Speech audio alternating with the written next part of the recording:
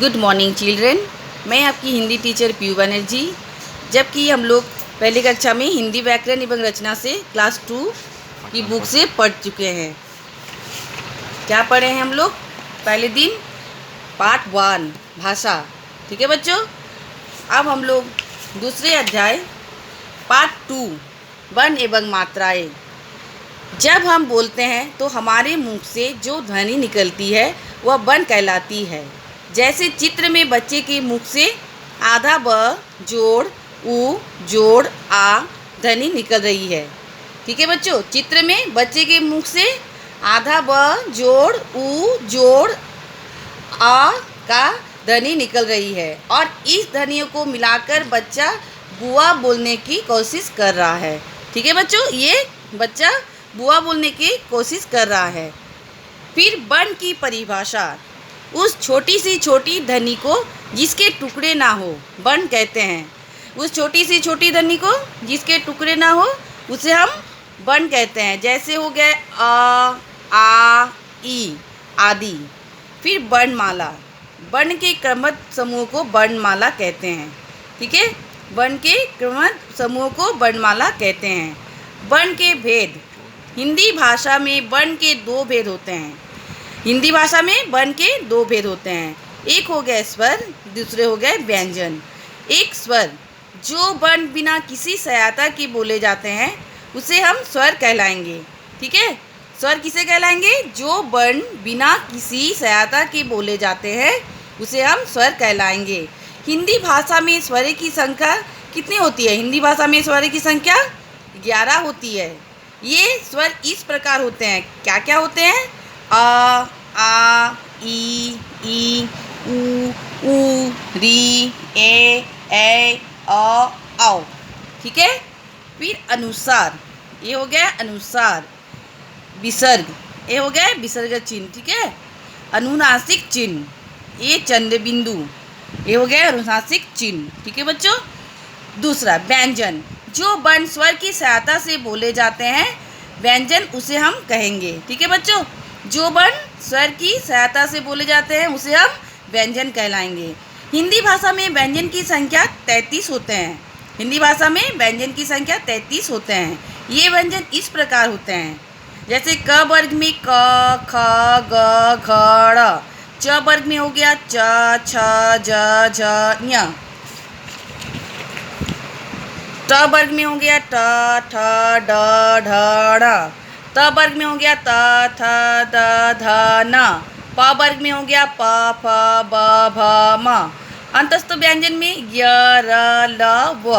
उष्म व्यंजन में स दंतिश ह। इनके अतिरिक्त संयुक्त और उत्कृष्ट व्यंजन को भी हिंदी भाषा में स्थान दिया गया है। उत्कृष्ट व्यंजन ड़ और ढ़। तो उत्कृष्ट व्यंजन में हम लोग कैसे उच्चारण करते हैं? जिससे अचानक मुंह में जीवा या अन्य किसी भाग को सिकोड़ कर रखते हैं, किसी अन्य भाग के और जोर से फेंक देते हैं, तो उसे हम लोग के उच्चारण से वो क्या आते हैं? र ड़ जैसे आते हैं ना बच्चों। देखो एक बार उच्चारण करके आप लोग भी र ड़।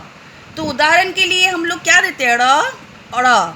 संयुक्त व्यंजन। 2 व्यंजन के योग से बने व्यंजन को संयुक्त व्यंजन कहते हैं। ये व्यंजन इस प्रकार आधा क जोड़ स ठ, आधा ज जोड़ ञ ज्ञ, आधा त जोड़ र त्र, आधा श जोड़ र स्र। मात्रा। हिंदी भाषा में व्यंजन के साथ स्वर मिलाते समय जो चिन्ह जोड़ा जाता है उसे हम मात्रा कहते हैं। ठीक है। हिंदी भाषा में व्यंजन के साथ जो स्वर मिलाए जाते समय चिन्ह जोड़ा जाता है उसे हम मात्रा कहेंगे। ठीक है। तो जैसे हो गया आधा फ जोड़ उ जोड़ आधा ल जोड़ अ फ, आधा जोड़ उ जोड़ ल फूल। तो क्या हो गया बच्चे? फूल। फिर हो जाएगा आधा क जोड़ ई जोड़ आधा त जोड़ आ जोड़ आधा ब जोड़ अ क जोड़ ई। क्या हो जाएगा? ये छोटी की मात्रा जोड़ तमे आकार जोड़ ब। तो क्या हो गया बच्चे? किताब। तो किताब बन गया। ठीक है। फिर आधा ग जोड़ उ जोड़ आधा ड़ जोड़ अ जोड़ आधा स जोड़ अ जोड़ आधा ब जोड़ आ जोड़ आधा र जोड़ अ घ जोड़ ऊ। ये क्या चिन्ह है? छोटी ऊ नहीं बच्चों, ऊ। तो ऊ जोड़ र जोड़ स जोड़ में आकर जोड़ र, तो हो जाएगा घोड़सवार। ठीक है, इसको पूरा जोड़ के हो गया घोड़सवार। ठीक है, ये रंगीन चिन्ह की मात्रा ही है। अ के अतिरिक्त सभी स्वर की मात्रा चिन्ह होते हैं। ठीक है, अ की अतिरिक्त सभी स्वर की मात्रा चिन्ह होते हैं। दी गई तालिका को ध्यान पूर्वक पढ़िए। ठीक है, इसको आप लोग ध्यान से देखिए जो हम पढ़ाने जा रहे हैं। ठीक है, ये हो गया स्वर, मात्रा, मात्रा के साथ बने व्यंजन, मात्रा सहित बने शब्द। तो आ छोटी ई बड़ी ई, तो आ की मात्रा नहीं होती है, हम लोग को पता है।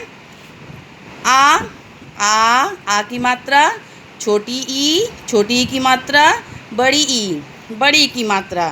तो हो गया क आ कम्याकार, छोटी ई की मात्रा की, बड़ी की मात्रा की।